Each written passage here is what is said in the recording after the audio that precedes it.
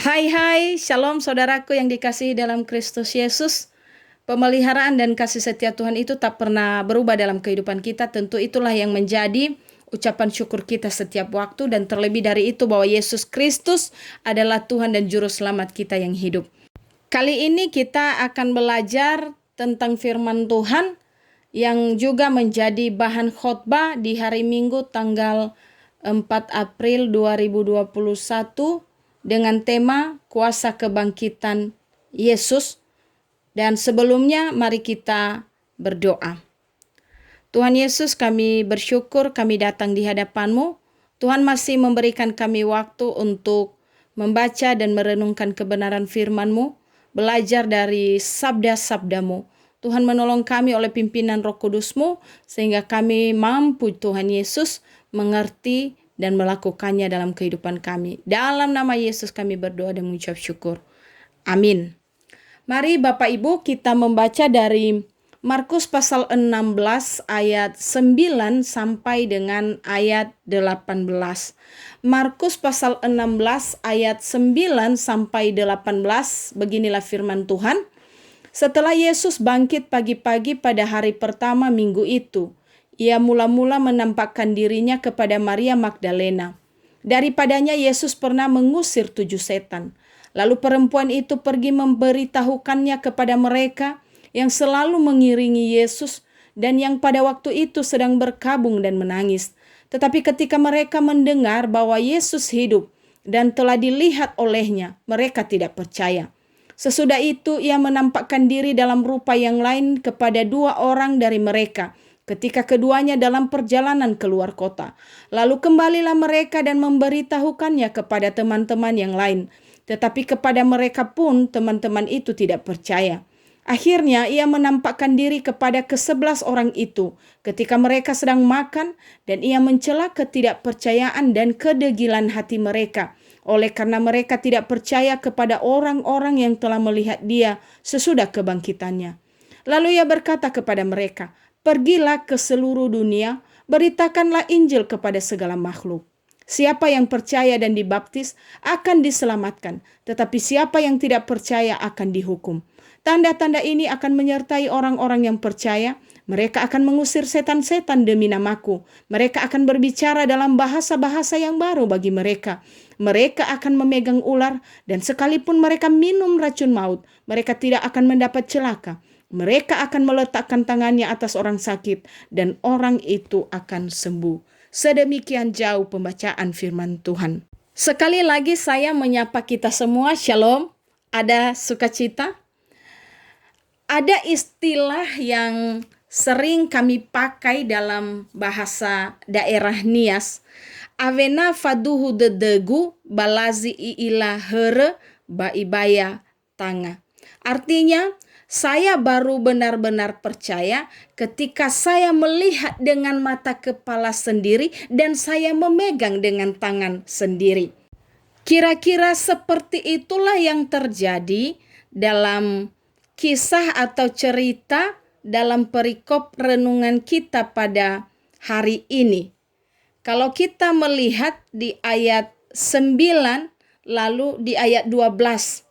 Itulah yang dialami oleh Maria Magdalena dan 2 orang murid lainnya yang menjadi saksi kebangkitan Tuhan Yesus. Oleh sebab ketidakpercayaan murid-murid yang lain itulah, Yesus menampakkan diri secara langsung kepada mereka. Kubur kosong, kesaksian, bahkan kebersamaan mereka dengan Tuhan Yesus selama ini, setiap hari, ternyata tidak menjamin kepercayaan mereka tentang kebangkitan Tuhan Yesus. Sampai-sampai Tuhan Yesus mencelanya dan menyebut ketidakpercayaan mereka sebagai kedegilan hati. Penampakan Yesus kepada murid-murid dalam perenungan kita dari firman Tuhan yang baru saja kita baca ini sangatlah penting, Bapak Ibu, untuk mempersiapkan murid-murid Tuhan Yesus ini memahami, menyaksikan, dan menggumuli apa yang telah terjadi pada Yesus. Ada 3 pesan penting yang harus dan perlu untuk dipahami dari penampakan diri Tuhan Yesus kepada murid-muridnya dalam perenungan kita hari ini. Yang pertama adalah tujuan. Penampakan Tuhan Yesus secara langsung dilanjutkan dengan kalimatnya pada ayat 15. Ada kata di sana, pergilah. Tujuan yang jelas yang kita kenal dalam Matius pasal 28 ayat 19 sampai 20 sebagai amanat agung Tuhan Yesus, yaitu untuk memberitakan Injil ke seluruh dunia. Mari kita baca Matius pasal 28 ayat 19 sampai 20 begini. Karena itu pergilah, jadikanlah semua bangsa muridku, dan baptislah mereka dalam nama Bapa dan Anak dan Roh Kudus, dan ajarlah mereka melakukan segala sesuatu yang telah kuperintahkan kepadamu. Dan ketahuilah, aku menyertai kamu senantiasa sampai kepada akhir zaman. Ada kata segala makhluk. Sangat penting untuk kita perhatikan, sasaran Injil bukan hanya manusia saja, tetapi semua ciptaan Tuhan. Artinya bahwa Injil juga harus berdampak. Injil itu harus memiliki dampak kepada alam dan seluruh ciptaan Tuhan yang lain, bahkan kepada dunia ini. Contoh di dalam kehidupan kita sehari-hari, Bapak Ibu, bagaimana kehadiran gereja, kehadiran orang-orang percaya berjuang dan peduli kepada lingkungan, berjuang dan peduli kepada udara, bahkan kepada air, dan juga ikut mengambil peran andil dalam mengatasi banjir, kerusakan lingkungan, dan lain-lain. Itulah implementasi Injil. Itulah aplikasi dari pemberitaan Injil.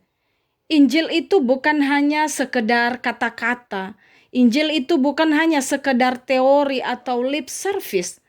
Injil itu berbicara tentang adanya bukti, adanya aksi nyata, yaitu kehadiran orang percaya menjadi berkat kepada alam, menjadi berkat kepada seluruh isi alam ini. Amanat ini tentunya menjadi tugas dari setiap kita yang percaya kepada Yesus Kristus. Kita harus memberitakan kabar baik.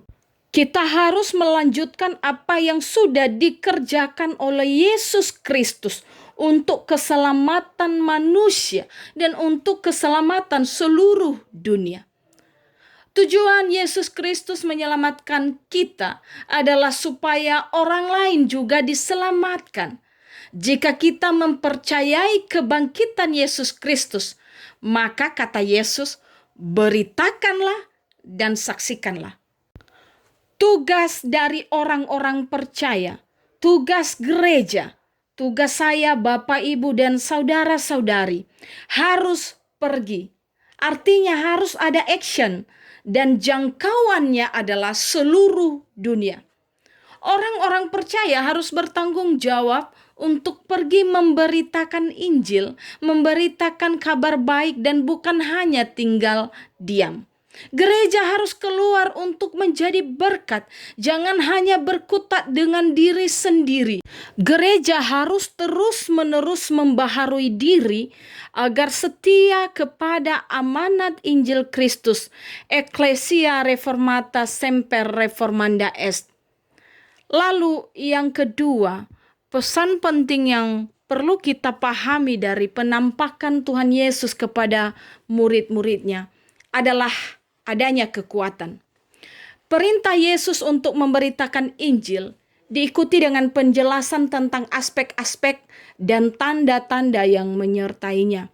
Mari kita baca di ayat 17 dan ayat 18 dari Markus pasal 16. Tanda-tanda ini akan menyertai orang-orang yang percaya. Mereka akan mengusir setan-setan demi namaku.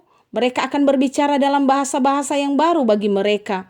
Mereka akan memegang ular, dan sekalipun mereka minum racun maut, mereka tidak akan mendapat celaka.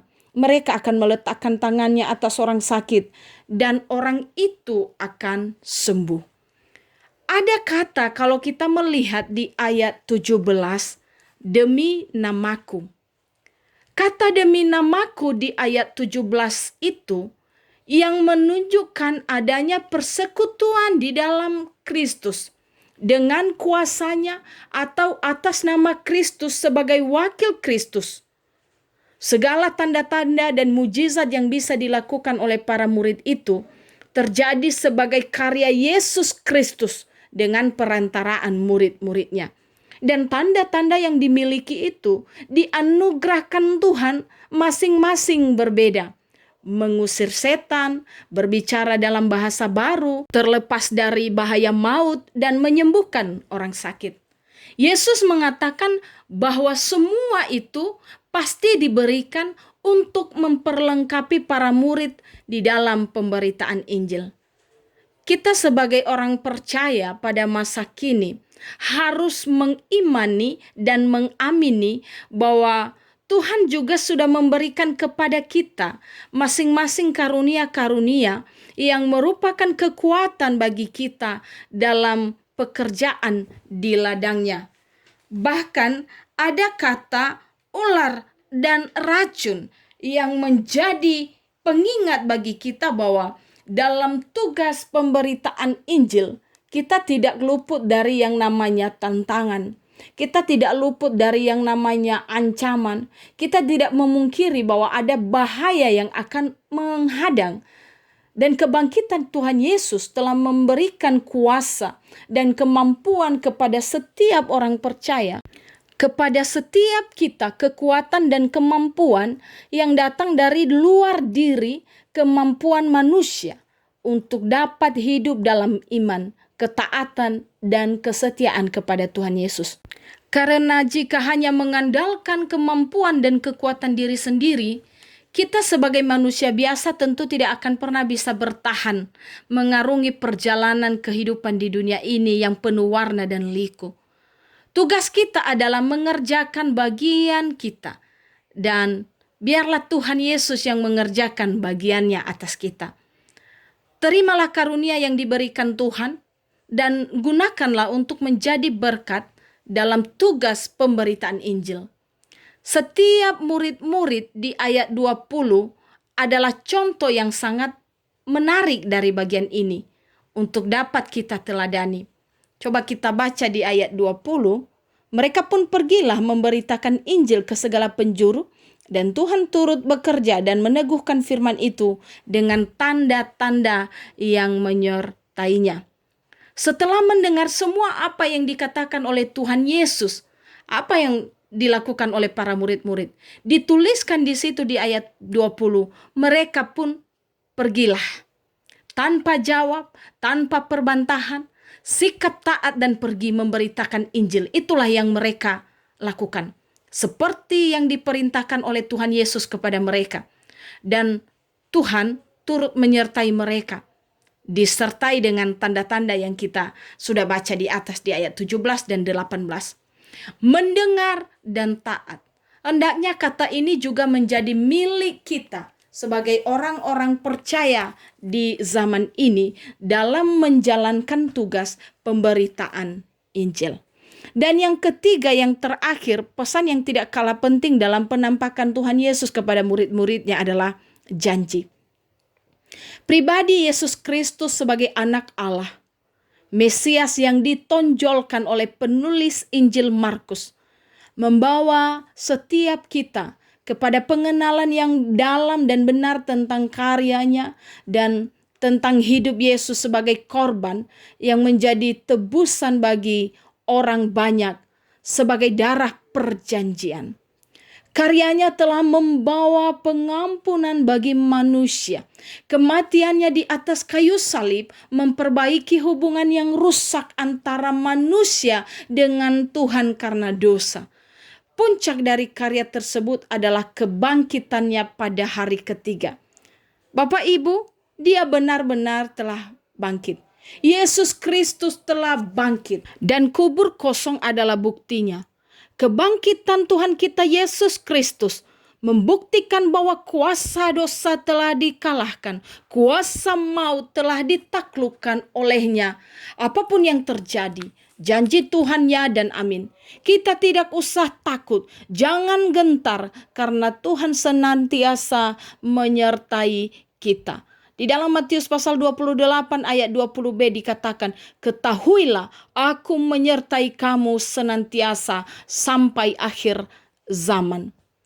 Sekalipun sekarang kita ada di tengah-tengah pandemi COVID-19, berbagai dampak yang mengikutinya, masalah pekerjaan, masalah keuangan, ekonomi, usaha, anak-anak, dan lain sebagainya. Janji Tuhan ya dan amin, bahwa Ia akan menyertai kita senantiasa sampai akhir zaman jikalau kita tetap taat dan setia kepadanya.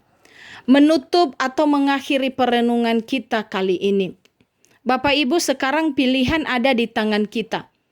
Kita mau percaya dan taat atau tidak kepada Tuhan Yesus? Apakah kebangkitan Tuhan Yesus memiliki relevansi yang nyata dengan hidup kita di masa kini sebagai orang percaya? Atau justru kebangkitan Tuhan Yesus itu sudah ditelan oleh rutinitas dan formalitas perayaan yang hanya mempertontonkan kepercayaan yang tidak punya dampak apa-apa? Dan apakah Tuhan Yesus yang kita klaim, kita akui, kita percayai, memang benar-benar hidup dalam diri kita dan terwujud dalam sikap hidup kita? Tentu jawaban ini hanya kita yang bisa menjawab. Renungkan ini baik-baik sebagaimana yang dikatakan di ayat 16 demikian. Siapa yang percaya dan dibaptis akan diselamatkan, tetapi siapa yang tidak percaya akan dihukum. Tuhan Yesus memberkati. Mari kita membaca ayat hafalan dari Filipi pasal 3 ayat 10a. Filipi pasal 3 ayat 10a demikian. Yang ku kehendaki ialah mengenal Dia dan kuasa kebangkitannya dan persekutuan dalam penderitaannya. Yang ku kehendaki ialah mengenal Dia dan kuasa kebangkitannya dan persekutuan dalam penderitaannya. Tuhan Yesus memberkati. Mari kita kembali berdoa. Kembali kami datang di hadapan-Mu Yesus Kristus. Benar, Yesus Kristus sudah bangkit dan kubur telah kosong. Dan lebih dari itu bahwa di dalam janji-janji Tuhan, penyertaan Tuhan ajaib, ada kekuatan, ada tujuan, dan ada janji. Tuhan memimpin kami, Tuhan, untuk menjadi seperti murid-murid Yesus yang tetap taat dan setia kepada Engkau. Dalam nama Yesus kami telah berdoa dan mengucap syukur. Amin. Ya Ahowu, Shalom.